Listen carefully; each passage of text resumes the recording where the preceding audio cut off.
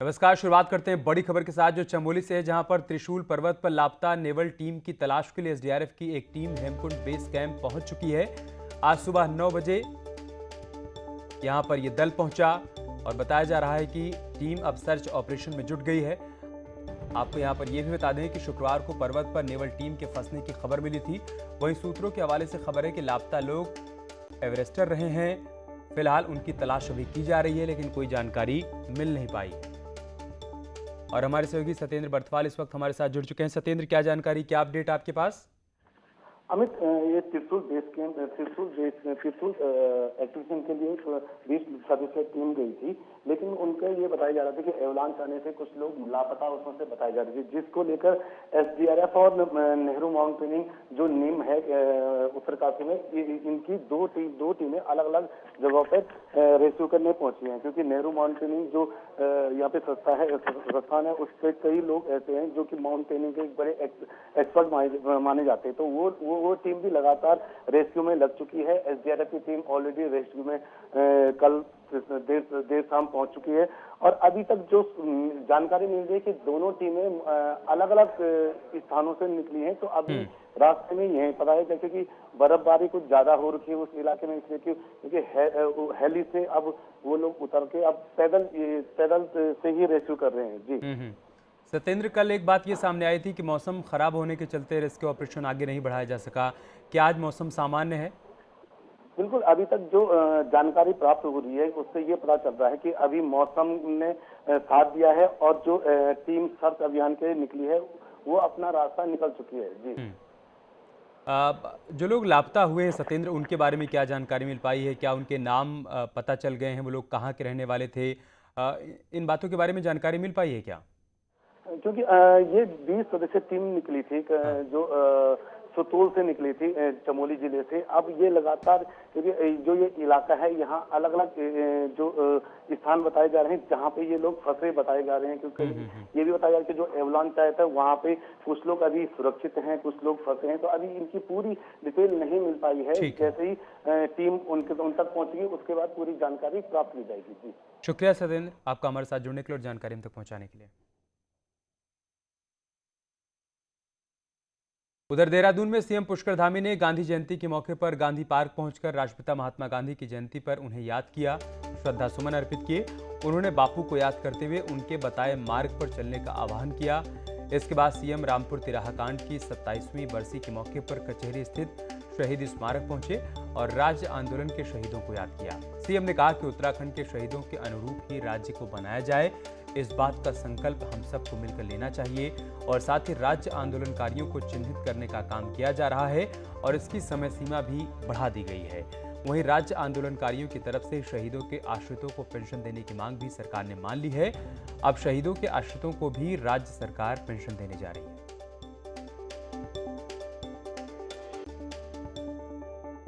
सभी हमारे शहीदों को मैं नमन करता हूं, जिनके कारण से ये उत्तराखंड राज्य बना।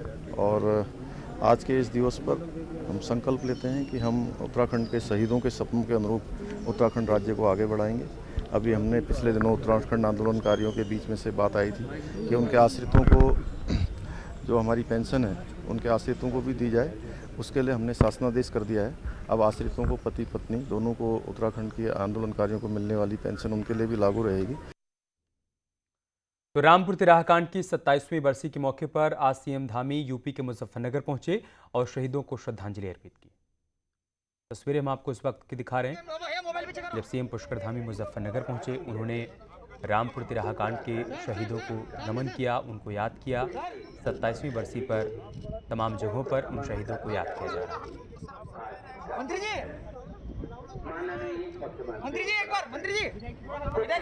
एक बार आप भी आ जाओ साथ में। लालों को जिन्होंने अपने प्राणों का उत्सर्ग किया, अपने प्राणों की आहुति दी। आज का अवसर लोहाघाट बेनीराम पुनेठा इंटर कॉलेज में गांधी जयंती को बड़ी धूमधाम से मनाया गया। इस मौके पर स्कूल में 10 का एनसीसी प्रशिक्षण भी शुरू हो गया है और साथ ही देश के लिए अपना योगदान देने वाले राष्ट्रपिता महात्मा गांधी को याद किया गया।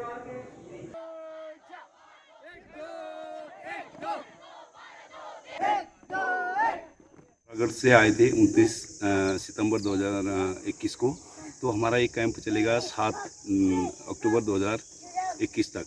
ये 10 दिन का प्रोग्राम है, हर एक स्कूल में ट्रेनिंग देने का, जिससे कि हम बच्चों को जागरूक और उनको डिसिप्लिन की कार्रवाई सिखा पाएँ।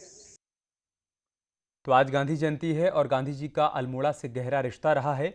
1929 में महात्मा गांधी ने यहाँ के लक्ष्मेश्वर में कुमाऊं की एक विशाल जनसभा को संबोधित किया था और आज़ादी के आंदोलन को तेज किया था, लेकिन पर्यटन को इसकी अनदेखी अभी तक भारी पड़ती रही है।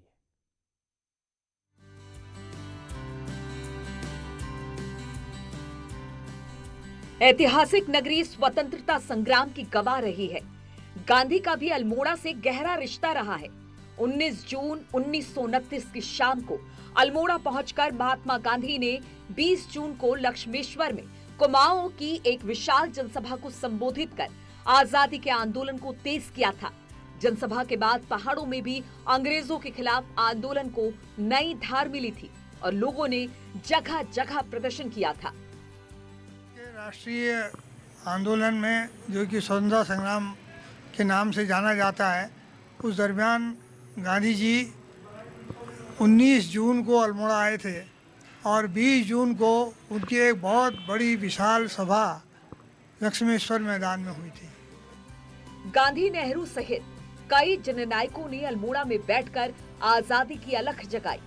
वहीं एक बार फिर लक्ष्मेश्वर में गांधी जनसभा स्थल को पर्यटन के नक्शे में लाने की मांग तेज हो गई है, जिससे आने वाले पर्यटक इतिहास को जान सकेंगे। उत्तराखंड सरकार के पर्यटन विभाग के माध्यम से हम एक अनुरोध करना चाहेंगे कि इस ऐतिहासिक स्थल को जो है विश्व पर्यटन के मानचित्र में लाने के लिए एक ठोस नीति यहाँ पर को बनाई जाए, जिसके कारण इस स्थल का एक महत्व बढ़ेगा और आने वाले समय में लोग इसके बारे में जान पाएंगे। महात्मा गांधी ताड़ीखेत, कौसानी, अल्मोड़ा सहित कई स्थानों पर प्रवास के दौरान रहे, लेकिन अब गांधी पर्यटन सर्किट बनाने की मांग कितना रंग लाएगी ये तो आने वाला वक्त बताएगा। लेकिन अगर गांधी पर्यटन सर्किट बनाया जाता है तो पहाड़ में और तेजी से पर्यटक बढ़ सकते हैं। न्यूज़ 18 हम आपको सीधी तस्वीरें दिखा रहे हैं लखनऊ से। मुख्यमंत्री योगी आदित्यनाथ, राज्यपाल आनंदीबेन पटेल आज राष्ट्रपिता महात्मा गांधी की जयंती के मौके पर जो कार्यक्रम आयोजित किए गए हैं उसमें शामिल हो रहे हैं। स्वच्छता का एक बड़ा संदेश आज के दिन दिया जा रहा है। कल ही प्रधानमंत्री मोदी ने स्वच्छ भारत मिशन के दूसरे फेज का आगाज किया था। मकसद यही है कि भारत को स्वच्छ, साफ सुथरा बनाया जाए।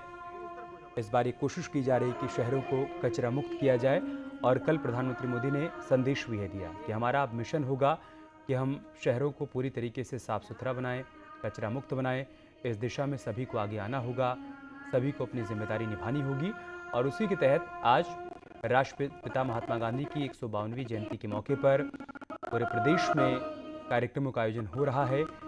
बीजेपी कार्यकर्ताओं की तरफ से स्वच्छता अभियान को आगे बढ़ाया जा रहा है। लखनऊ से तस्वीरें हम आपको दिखा रहे हैं, जहां पर बापू को नमन करने के लिए, उनको याद करने के लिए, उनके आदर्शों को आत्मसात करने के लिए इस कार्यक्रम का आयोजन किया गया है और उस कार्यक्रम में मुख्यमंत्री योगी आदित्यनाथ शिरकत कर रहे हैं। उनके साथ आप राज्यपाल आनंदीबेन पटेल को भी देख सकते हैं।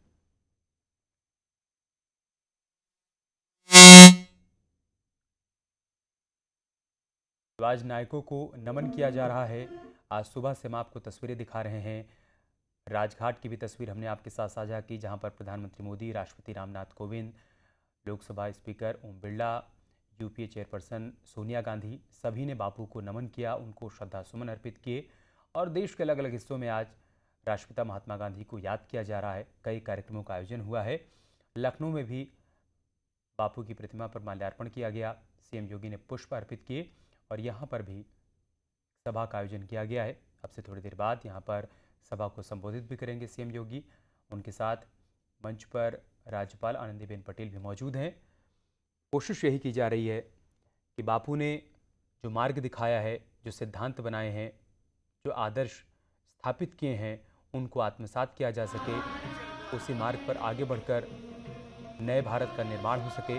बापू ने जिस भारत की कल्पना की थी, जो सपना देखा था, उसको साकार किया जा सके, इसी दिशा में सरकार आगे बढ़ने का प्रयास कर रही है। इसी बात का जिक्र ट्वीट के माध्यम से भी पीएम मोदी ने किया। उन्होंने कहा कि बापू के आदर्शों पर आगे बढ़ना होगा, नए भारत का निर्माण करना होगा और ख़ास तौर से युवाओं को अपनी भागीदारी निभानी है।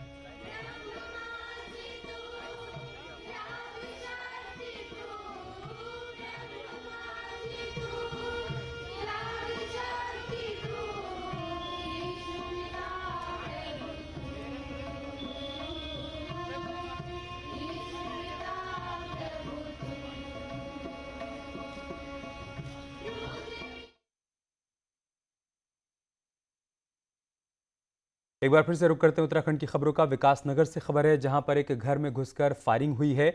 बताया जा रहा है कि बदमाशों ने घर में घुसकर फायरिंग की है और गोली चलाने के बाद फरार हो गए हैं। पुलिस अब इन्हें पकड़ने के लिए नाकेबंदी कर रही है। पूरा मामला विकासनगर कोतवाली क्षेत्र के पंजाबी कॉलोनी का बताया जा रहा है। वहीं घटना के बाद घर में पुलिस की तैनाती कर दी गई है। हालांकि गोली चलाने को लेकर वजह अभी तक साफ नहीं हो पाई।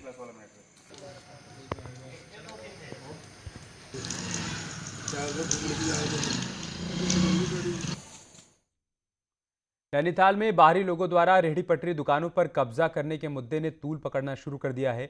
हाईकोर्ट के वकील ने दिए अल्टीमेटम के बाद अब कोर्ट में ईओ नगरपालिका के खिलाफ अवमानना की याचिका दाखिल करने की तैयारी की है। वहीं ईओ जल्द ही अवैध दुकानों को हटाने की बात कर रहे हैं। दरअसल हाईकोर्ट ने गर्मी और सर्दी में फड़ लगाने को लेकर टाइम तय किया था, लेकिन इसका खुला उल्लंघन किया जा रहा है और इसके साथ ही बाहरी लोग जबरन दुकानें यहां पर लगा रहे हैं, जिसके बाद वो ज़मीनों पर कब्जा भी कर रहे हैं।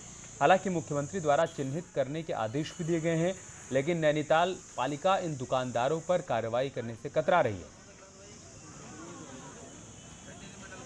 न्यायालय का आदेश था, वो भी उसमें मैंने उनको अंकित करके दिया हुआ था। उसमें साफ साफ कहा गया है कि दोनों ओर ना वो लग सकते हैं और उनकी एक तय समय सीमा है, लेकिन अभी तक भी अधिशासी अधिकारी द्वारा कोई उस पर संज्ञान नहीं लिया गया है। तो ये सीधे सीधे कोर्ट की अवमानना भी है। विधिवत हमारी जो इसके बैठाने की व्यवस्था थी उसमें थोड़ा विलम्ब हुआ है और अब हमारा इसमें लाल जो डिमार्केशन लगे थे पहले वो भी मिट चुके हैं। बरसात थोड़ा ख़त्म होने के बाद डिमार्केशन करने के बाद जो भी हमारे 121 कोड के नियाने के दिए गए उसके हिसाब से व्यवस्थित करके और इसको जो व्यवस्थित किया जाने का पूरा प्रयास किया जाएगा। गढ़वाल राइफल्स के लैंसडाउन में सेंटर मुख्यालय को 100 साल पूरे हो चुके हैं। मुख्यालय के स्थापना दिवस के मौके पर जवानों में गजब का उत्साह देखने को मिला। रिपोर्ट देखिए।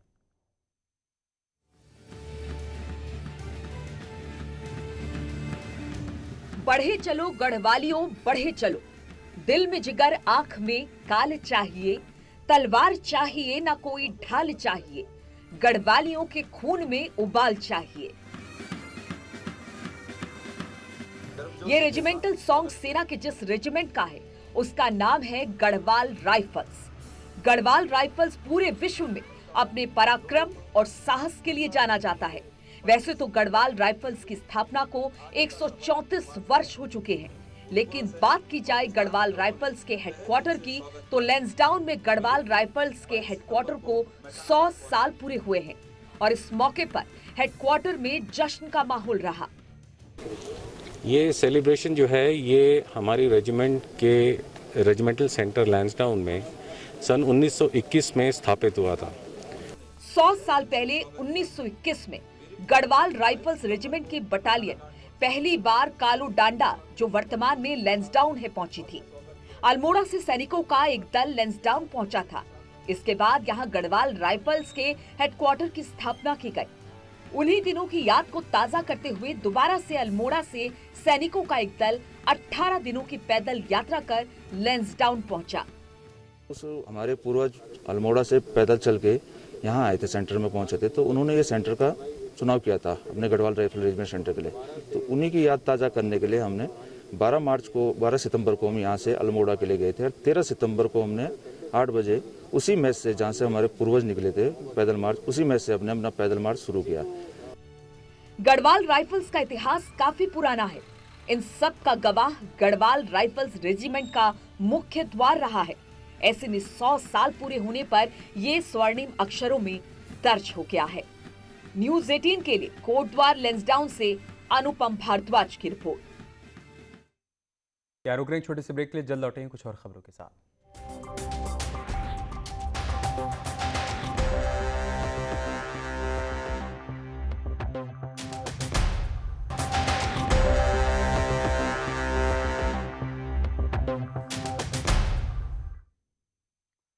टिहरी झील मेगा प्रोजेक्ट के जरिए टिहरी झील बोटिंग पॉइंट और आसपास के क्षेत्र को डेवलप किए जाने की योजना तैयार की गई है, जिसके तहत टिहरी झील बोटिंग पॉइंट में पर्यटकों के लिए मूलभूत सुविधाओं के लिए पीडब्ल्यूडी दुकानें, चेंजिंग रूम, वेटिंग रूम सहित अन्य काम करवाए जा रहे हैं, जिससे दूर दराज से आने वाले पर्यटकों को टिहरी झील बोटिंग पॉइंट्स पर बेहतर सुविधाएं मिल पाएं।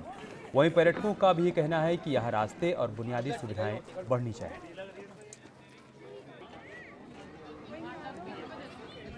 कुछ और भी टूरिस्ट के लिए सुविधाएं वहाँ पर डेवलप की जानी है, जैसे चेंजिंग रूम है, वेटिंग रूम है, वहाँ पर कुछ सोलर लाइट्स भी लगनी है, गेट बनना है और उसका 1-21 का हमने वहाँ पर 1,21,00,000 का एस्टिमेट सबमिट किया था, तो उसमें हमें अभी 65 लाख।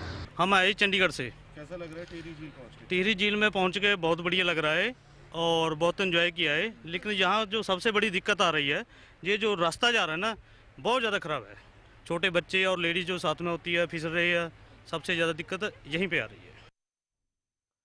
डिस्ट्रिक्ट कोर्ट अल्मोड़ा को राज्य की पहली ई सेवा के लिए चुना गया है। ई सेवा का शुभारंभ मुख्य न्यायाधीश ने वर्चुअल तरीके से किया।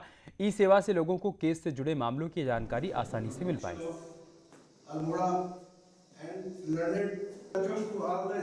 उच्च न्यायालय उत्तराखंड नैनीताल द्वारा यह निर्देश दिया गया कि जनपद अल्मोड़ा को पायलट प्रोजेक्ट के रूप में चयनित किया गया है ई सेवा केंद्र बनाने के लिए। तो आज उसी का इनॉग्रेशन माननीय मुख्य न्यायाधीश महोदय श्री राघवेंद्र सिंह चौहान जी द्वारा ऑनलाइन किया गया है। 51 शक्तिपीठों में से एक टनकपुर पूर्णागिरि धाम में नवरात्र के दौरान बड़ी संख्या में श्रद्धालु दर्शन के लिए पहुंचते हैं। 7 अक्टूबर से शुरू हो रहे नवरात्र में श्रद्धालुओं की भीड़ को देखते हुए प्रशासन अभी से तैयारियों में जुट गया है। प्रशासन ने मंदिर समिति के साथ एक बैठक कर कोविड नियमों के तहत ही कोविड की दोनों डोज लगा चुके श्रद्धालुओं को पूर्णागिरि के दर्शन की अनुमति दी। जिनके पास वैक्सीनेशन की डबल डोज नहीं है या फिर जिनके पास कोविड नेगेटिव रिपोर्ट 72 घंटे की नहीं है, उनको किसी भी हालत में डिस्ट्रिक्ट के अंदर प्रवेश नहीं दिया जाएगा। साथ ही साथ में रात्रि के समय में ऊपर का जो ट्रैफिक है वो रोक दिया जाएगा। प्रधानमंत्री मोदी 7 अक्टूबर को उत्तराखंड आ रहे हैं। ये दौरा कंफर्म हो चुका है। हालांकि केदारनाथ जाने को लेकर तस्वीर अभी तक साफ नहीं है। सीएम पुष्कर धामी ने कहा है कि पीएम ऋषिकेश में एम्स के ऑक्सीजन जनरेशन प्लांट समेत देश भर में इस दौरान बनाए गए ऑक्सीजन प्लांट का उद्घाटन करेंगे। हालांकि पीएम का जॉलीग्रांट से हेलीकॉप्टर के जरिए ऋषिकेश जाने का प्रोग्राम है, लेकिन वैकल्पिक इंतजाम के तौर पर रोड को भी दुरुस्त किया जा रहा है। जो उनके दौरे का प्रस्तावित कार्यक्रम आया हुआ है, वो उस दिन जो देश के अंदर जितने भी PSU लगे हुए हैं वो हमारे ऋषिकेश में आकर वो भारत की जनता को समर्पित करेंगे। और अब बुलेटिन में बात राज्य में चुनाव से ठीक पहले मचे जमीन जिहाद की। तो उत्तराखंड में भू कानून, जनसंख्या कानून और जमीन जिहाद को लेकर सरकार गंभीर है। सीएम का कहना है कि कानून से लेकर जांच की जो बात हो रही है वो उत्तराखंडियत के लिए जरूरी है, किसी चुनावी एजेंडे के तहत नहीं हो रहा है।